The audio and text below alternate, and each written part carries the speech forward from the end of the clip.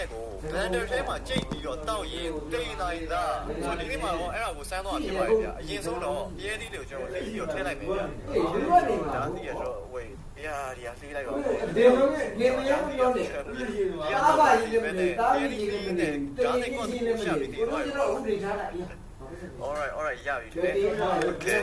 alright တခုအရေးကြီးကနှစ်စိတ်ထည့်လိုက်ရပေါ့နော် okay ဒီတိုင်းပဲချိုးလိုက်ရမယ်ကွာရော့ပြီးရင်ကျွန်တော်အကာလေးပါနည်းနည်းထည့်မယ်နော်ဒီအဖြူအောင်ပိုင်းလေးကနည်းနည်းထည့်မယ် okay ဒီမှာဒီအကာလေးကနည်းနည်းထည့်လိုက်မယ်ဗျပြီးရင်တော့ကျွန်တော်ရဲ့ဘဲဥပါဘဲဥအစိမ်းပေါ့နော်ရော့ကျွန်တော်ခောက်ရော့ alright ဒီမှာဘဲဥအစိမ်းပါ alright ရော့Oh my god slimy ဖြစ်လိုက်တာဗျဒီမှာတေချာကြည့်ရပါတော့ဘဲဥနဲ့ဖရဲဒီပါဘဲဥအစိမ်းနဲ့ဖရဲဒီနဲ့ကျွန်တော်ဆက်ကိုဖွင့်လိုက်တော့ဘဲဘက်လေပါအော်ဝေးဖုံးရအောင်ပါ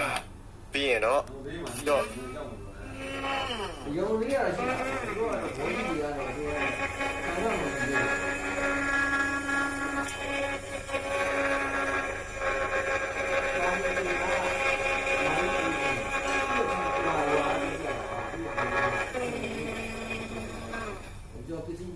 ဖရဲဒီအတေချာမကြည့်ဘူးဖြစ်နေတယ်ဒုက္ခဖရဲဒီကအတုံးလိုက်ဖြစ်နေအောင်ဗျအဲ့တော့ဒီမှာဓာတ်နဲ့ပဲဒီထည့်ရအောင်ကျွန်တော်ဒီတိုင်းလိုက်လှီးလိုက်အောင်မယ်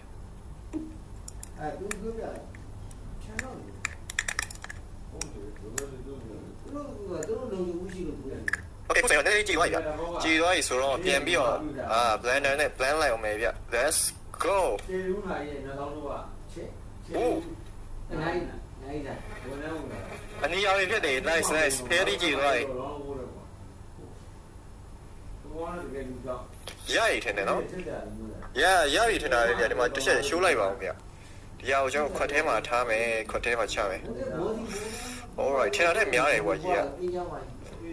ဆိုတော့ဒီဟာတောက်ရင်တေလာကျွန်တော်တောက်ကြည့်ရနော်တေ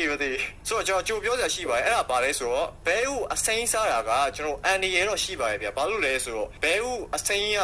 အစိမ်းတွေအားလုံးထဲမှာဆာမိုနယ်လာပိုးဝင်ပြီးတော့အစာစိတ်တင်နိုင်တဲ့ chance အများဆုံးဖြစ်နေရဗျဘဲဥအဲ့ဒါကြောင့်မလို့ဘဲဥအစိမ်းစားဖို့နဲ့ကျုပ်အစိမ်းပေါ်စားဖို့တော့မပြောဘူးဒါပေမဲ့တောက်ကြည့်အောင်အရသာစိုးလိုက်ရဗျာအရသာစိုးလိုက်ရဗျာဒါပေမဲ့တီးခံပြီးတောက်အောင်မယ်Oh my god စုပ်ပြတ်တဲ့နေရာပဲတကယ်စုပ်ပြတ်တဲ့နေရာပဲ